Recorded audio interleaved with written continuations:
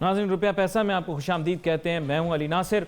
आज जिस मौजू के ऊपर हमने गुफ्तगू करनी है वो है जनाब असद उमर साहब की गुफ्तगू, जो कि उन्होंने ताजिर सनतकार तबके के साथ की और उनके जहन में जो भी रिजर्वेशंस होंगी हमारे यहाँ ताजिर सनतकारों के दिल में, जहन में, दिमाग में, उनको दूर करने की एक कोशिश की।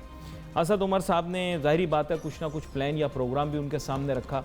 हमने सुना, ज़ाहिरी बात है we could not feel the pulse और द एक्चुअल फीलिंग्स जो कि वो एक्सप्रेस करना चाह रहे थे। वो बहुत अच्छे ओरेटर हैं, अंग्रेज़ी बहुत अच्छी बोलते हैं, लेकिन मेरे ख्याल तकरीर का जो इजाफी हिस्सा था या जो भी आप कह लें कि अक्सरियती हिस्सा था, वो उन्होंने कोशिश यही की कि वो उर्दू के अंदर आम ज़ुबान के अंदर गुफ्तगू करें। लेकिन by and large he is a very good orator, very good communicator. लेकिन इकोनॉमिस्ट कैसे हैं ये तो आगे आने वाले दिन बताएंगे। फाइनेंस के शोबे को किस तरह से आगे लेकर चलते हैं ये आने वाले दिन बताएंगे हमें। उसके अलावा जो फैसले करते हैं, फैसलों पे कायम रहते हैं या नहीं, ये भी आने वाले दिन बताएंगे। और साथ साथ आम आदमी के लिए जो हमारा प्रोग्राम अभी देख रहा है वो हमें रिलीफ देंगे या नहीं देंगे, क्योंकि जीडीपी, टीडीपी, एसडीपी, पीडीपी हमें सब बीमारियों के नाम लगते हैं।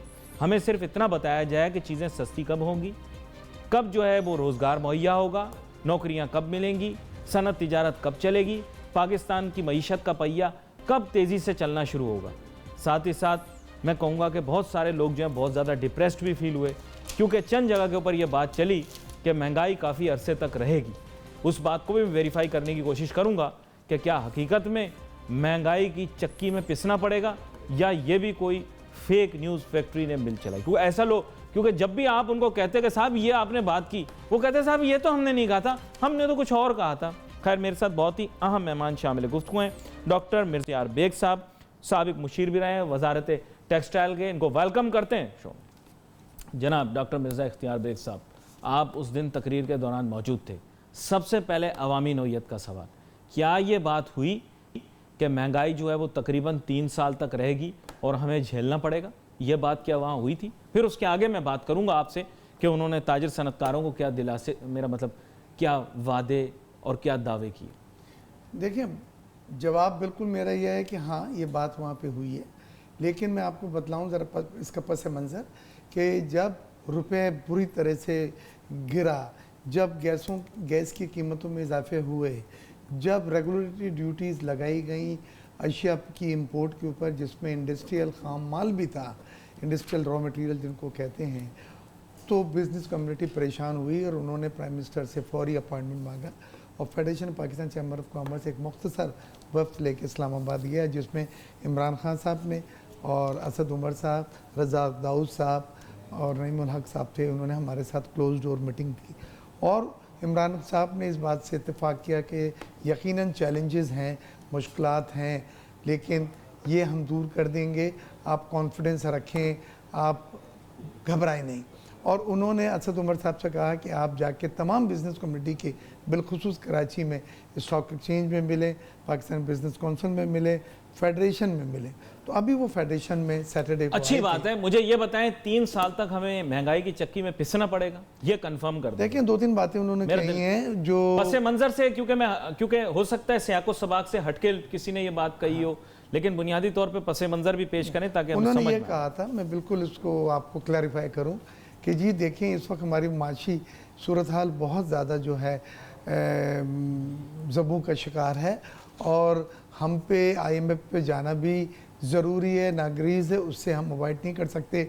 $12 बिलियन के तकरीबन हमको अदायगियाँ करनी है, मतलब $9 बिलियन की अदायगियाँ करनी है, $12 बिलियन तक IMF से लोन की कोशिश है।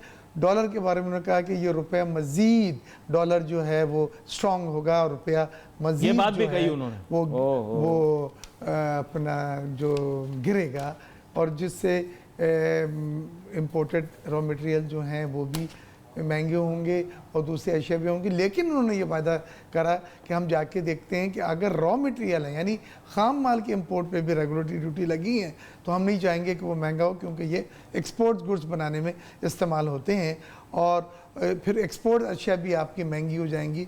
और एक्सपोर्ट तो पहले हमारा ठप्पा बैठा हुआ है, वो एक्सपोर्ट बढ़ नहीं रही हैं और इम्पोर्ट में बहुत तेज़ी से इजाफा हुआ है।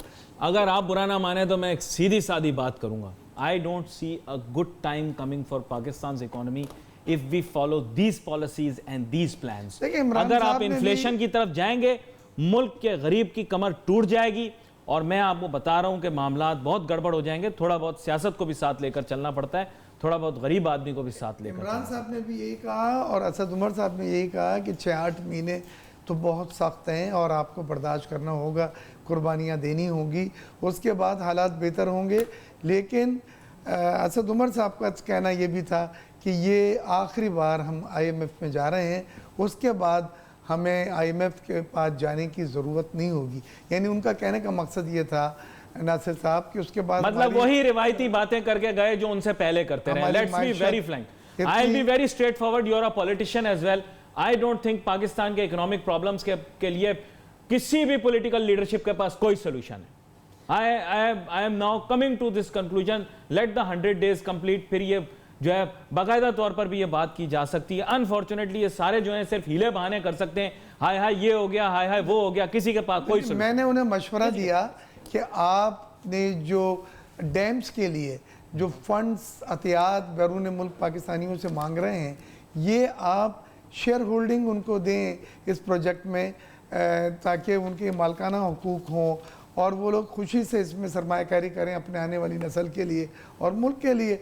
फिर मैंने ये भी मशवरा दिया कि बाहर के मुल्कों में बॉन्ड लॉन्च होते हैं ओवरसीज़ अपने लोगों के लिए, तो आप ओवरसीज़ पाकिस्तानी के लिए डैम का बॉन्ड या सुसुक बॉन्ड या डॉलर बॉन्ड को जो है वो बैरून मुल्क पाकिस्तानी के लिए लॉन्च करें, क्योंकि ये जो अतियात मांगे गए हैं $1000 पर पाकिस्तानी जो हमारे ब्रॉड हैं, उसका तो ऐसा कोई खातिर ख्वाह रिस्पॉन्स नहीं आया। आप चाह रहे हैं इक्विटी के जरिए या फिर बॉन्ड के जरिए जो है पैसे कलेक्ट किए? जी हाँ, it's an interesting, I won't say it's an novel thing, क्योंकि काफ़ी दफ़ा इंटरनेशनली ये काम होता रहता है, लेकिन इट्स एन इंटरेस्टिंग प्रोपोजिशन। तो व्हाट वाज देयर रिस्पांस? उन्होंने कहा कि बॉन्ड में आपका जो तजवीज़ है मैं उसको बहुत पसंद भी करता हूँ और हम बॉन्ड की तरफ काम भी कर रहे हैं कि ओवरसीज़ पाकिस्तानीज़ के लिए डॉलर या सुसुक बॉन्ड हम लॉन्च इंशाल्लाह उसका इजरा करने वाले हैं। नहीं तो आप शेयर करें ना, आपका पहले ही पाकिस्तान की डेट बहुत ज़्यादा, इक्विटी बनाया उसे, how can we convert that into equity? Can you convert this into equity? उन्होंने ये कहा, यानी मालकाना को नासिर साहब उन्होंने ये कहा कि इस इक्विटी पे ये महंगी फाइनेंसिंग होगी, क्योंकि आपको अगर रिटर्न वो देना पड़ा जो बिजली के प्रोजेक्ट्स पे हम देते आए हैं 17%, तो ये बहुत महंगा है। तो मैंने उनसे कहा कि ज़रूरी नहीं है इस पे आप वो रिटर्न दें जो 17% IPPs को आपने बिजली के मंसूबों में दिया है, इसको आप एक इंटरनेशनल मार्केट का रिटर्न देखते हुए एक फेयर रिटर्न दे सकते हैं। अब हमारे पाकिस्तानी जब इन्वेस्टमेंट करेंगे तो वो रिटर्न पॉइंट ऑफ व्यू से कम देखेंगे, इस मुल्क की मदद करना चाह रहे हैं उसके। We'll get back to other solutions for Pakistan's economic problems, लेकिन एक छोटी सी ब्रेक लेनी है। ब्रेक के बाद जब वापस आते हैं अपनी गुफ्तगू को जारी रखेंगे। Let's take a short break.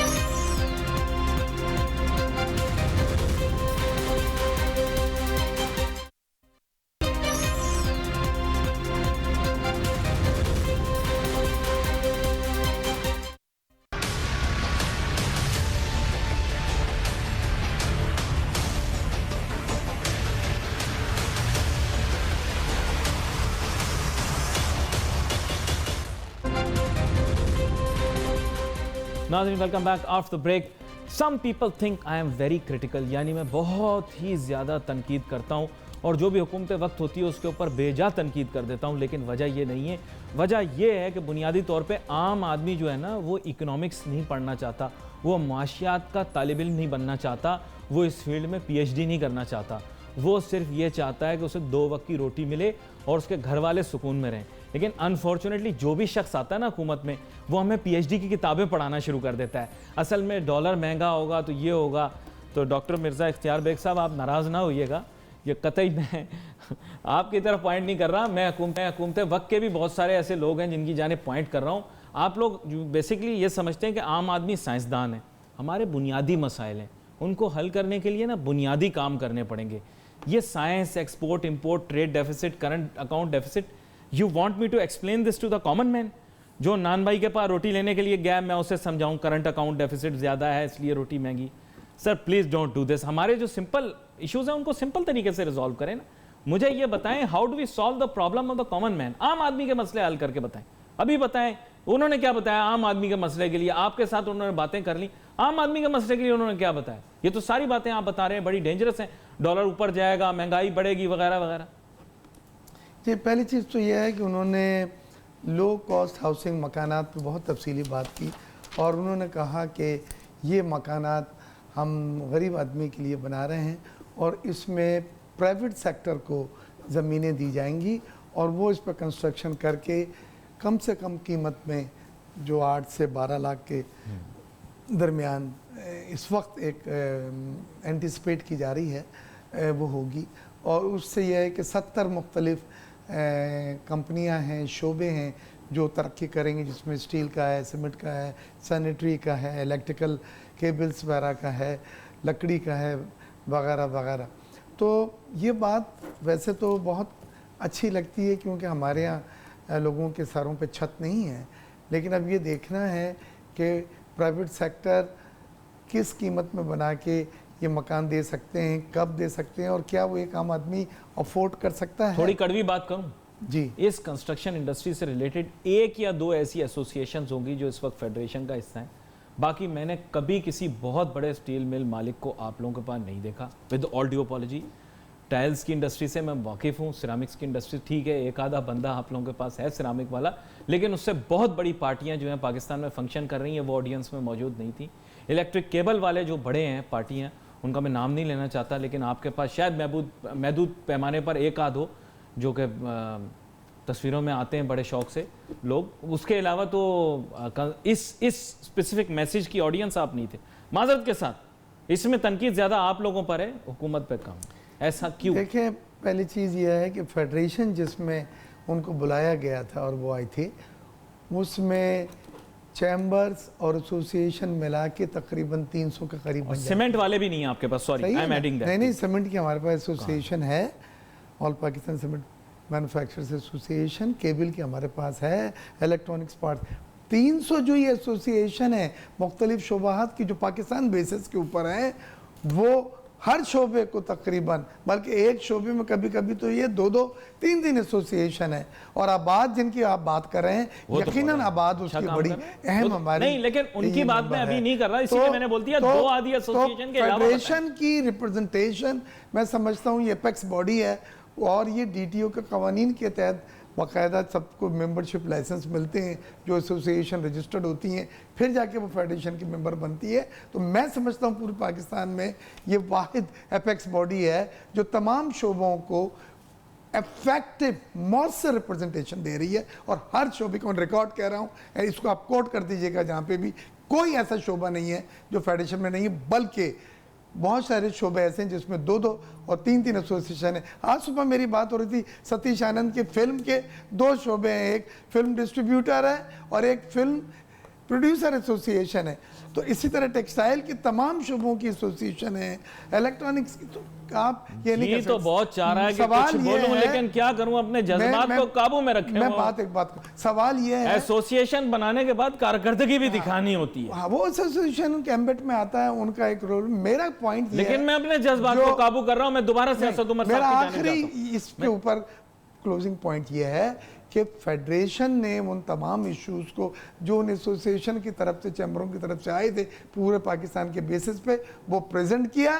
ज़रूरी नहीं होता कि पूरे पाकिस्तान की एसोसिएशन और चैम्बर जो हैं वो कराची में उस हॉल में आ जाएं, लेकिन ज़्यादा इंपॉर्टेंट ये होता है कि उनकी एसोसिएशन के इश्यूज जो हैं वो हमारे पास आएँ। और उससे ज़्यादा इंपॉर्टेंट यह है कि हम उन इश्यूज़ को मौसर तरीके से पेश करें और उन्हें हल कराएं, जिसके लिए ये प्राइम मिनिस्टर से भी हम मिले थे इस्लामाबाद में, और कल 2 मीटिंगें थी, एक लंच पे थी हमारी 1.5 घंटे की मीटिंग, फिर मजीद 1.5 घंटे की मीटिंग आम थी। ये मैं अब आपसे बड़ी क्लियर कट सीधी सादी बात करता हूँ। ये बड़ी अच्छी आपकी दावतें हो गई, बहुत अच्छी आपकी मीटिंगें हो गई, तो इसमें चाय पापों और डिशेस के अलावा जो है वो हतमी तौर पर ठोस बात क्या हुई, ये मुझे बताएं। ये दिला से और ये सारी बातें तो हो गई, अच्छी बात है, आप लोग मुतमईन हो गए, वो आपके पास आ गए। नासिर, आपके साथ में बहुत प्रोग्राम किया, आपकी मैनेजर जानता हूँ, आप बड़ी फोकल बात करते हैं, उसका जवाब भी चाहते हैं, लिहाजा मैं आपको जवाब दूँ। सबसे ज़रूरी चीज़ जो थी, जो हमारी तलवार थी, जो हमारी ऑक्सीजन जो है कम हो गई थी, वो थी एक्सपोर्टर्स के इनकम टैक्स और सेल टैक्स के रिफ़ंड, जो 200 अरब रुपये से ज़्यादा हैं और 3 साल से हो गए। वो हमने इनसे कहा, अब सुने आप, तो इन्होंने ये कहा कि हमाद साहब को मैंने इस हफ्ते में वो डिवाइस बतला रहे हैं कि हम आपको किस तरह से अदायगी करेंगे। उनका ख्याल है कि हम कोई ऐसा पेपर दें जिनको आप बैंक में डिस्काउंट करा सकें और डिस्काउंटिंग चार्जेस दे के आप बैंक से वो पैसे ले लें, और बैंक इसलिए डिस्काउंट कर देगा कि वो हुकूमती पेपर है।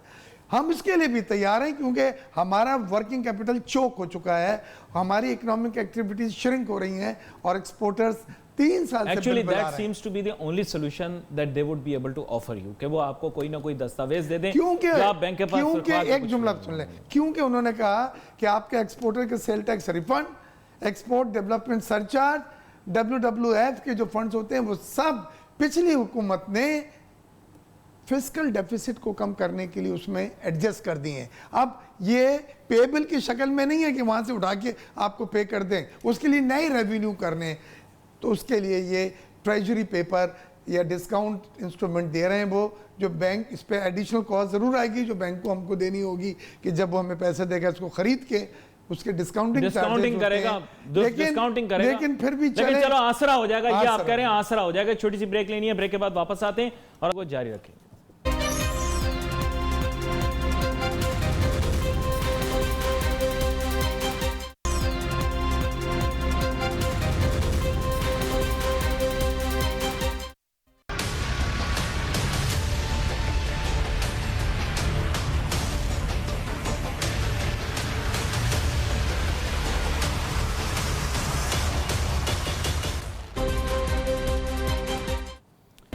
बस नाजरीन, ख्वाहिश यही होती है कि वो वादा कर लें, वफा करें या ना करें वो एक और केस बन जाता है। हमारे यहाँ भी जो फाइनेंस मिनिस्टर होते हैं, हमारी ख्वाहिश ये होती है कि वो वादा कर लें, फिर बाद में पूरा करें, वफा करें ना करें कोई बात नहीं। ताजिर सनतकार भी हमारे मुतमईन हो जाते हैं कि वादे और दावे हो जाएं, बस उसके बाद चाय और पापे की दावत भी हो जाए। माजरत के साथ कुछ अल्फाज अवामी इस्तेमाल करूँगा और साथ साथ चंद तस्वीरें भी बन जाएँ और फिर ये भी हो जाएगा जनाब हमारी बात सुन ली, कुछ अपनी बात कह दी। जनाब डॉक्टर मिर्ज़ा इख्तियार बेग साहब, आप लोगों को खुश करना बड़ा आसान है, यकीन करें। अगर कोई भी वज़ीर ख़जाना हो, बस एक आधा चक्कर आपके पास लगा ले, तकरीर कर ले, कुछ तस्वीरें भी बन जाएं, कुछ अहम बयानात दे दे, कुछ वादे हो जाएं, कुछ दावे हो जाएं, चंद एक सवाल हो जाएं, उनमें एक आधा सवाल आपने भी कल पूछ लिया था, तो सिलसिला ये है कि फिर उसके बाद आप मुतमईन हो जाते हैं। भले काम हो नहीं हो, बात हो जाए, मुलाकात हो जाए। आप ये बताएं कि ये सब चीज़ें जो हैं ये तब तक आपको सेटिस्फाई नहीं करेंगी जब तक ये रिज़ल्ट डिलीवर नहीं करेंगी। अभी तक आपने फिर अगर मगर वाली बात की कि अभी एक प्लान बनाएंगे, कमेटी बनेगी जो आपके मसाइल को हल करने के बारे में सोचेगी। हल कब होंगे ये नहीं बताया आपने। आपने इतनी जो बातें कही उसमें आप उससे बात कर रहे हैं जो पाकिस्तान की एपेक्स बॉडी का नुमाइंदा है, जिसे चैम्बर ऑफ कॉमर्स कहते हैं। मेरे सामने वजीर भी होता तो मैं उसे बोलने दें। और उस आदमी उस फेडरेशन ने वजीर आजम से टेकअप किया, वजीर तिजारत रज़ाक दाऊद से टेकअप किया, वजीर ख़जाना असद उमर से टेकअप किया, तो इससे बड़े लेवल पे फिर तो ऊपर खुदा के पास जाना पड़ेगा। तो आप ये बात जो कहते हैं, मैं नहीं समझता कि इससे ज़्यादा स्ट्रांगली आप अपने इश्यूज़ को टेकअप कर सकते हैं वज़ीर आज़म, वज़ीर ख़जाना, वज़ीर तिजारत के अलावा। तो हमें मुतमईन है कि हमने नहायत ही मौसर तरीके से काम हुआ कि नहीं हुआ ये बताएं सर। अब ये हुकूमत का है कि वो हमारी मसाइल को, अगर सर माजरत के साथ आपकी कोशिश काविश को सलाम पेश करते हैं, काम हुआ कि नहीं हुआ ये बताएं। देखें, काम तो अगर नहीं करेंगे तो एक्सपोर्ट और बैठ जाएंगी, रिफंड नहीं मिलेंगे तो और कंपनियां बंद हो जाएंगी, क्राइसिस और ज़्यादा होगा, ट्रेड डेफिसिट और बढ़ जाएगा, खसारा और बढ़ जाएगा। तो इनके पास पहले ही जो है सांस लेने के लिए गुंजाइश नहीं है। तो इनको भी सोचना है कि इस बार इन मसाइल को फौरी से पेशतर हल करना होगा। इनके पास टालने के लिए और मौखर करने के लिए कोई जवाब नहीं है। तो हमने नहायत मौसर तरीके से टेकअप किया है। वजीर ख़जाना साहब के साथ 3-3.5 घंटे मीटिंग रही है, स्टॉक एक्सचेंज से वो सीधा यहाँ आए थे और ये सब बातें टॉप की क्रीम बातें बहुत अच्छी की बात। तो अब सवाल ये है बातें कि हमने अपने एंड पे एक काम किया है। उन्होंने जो रोड मैप दिया है, जो वादा करा है, इम्प्लीमेंटेशन, मुतमईन हो गए आप रोड मैप से? अगर नहीं होगा तो हमारे पास बहुत सारे तरीके हैं, लोग शट डाउन भी करते हैं।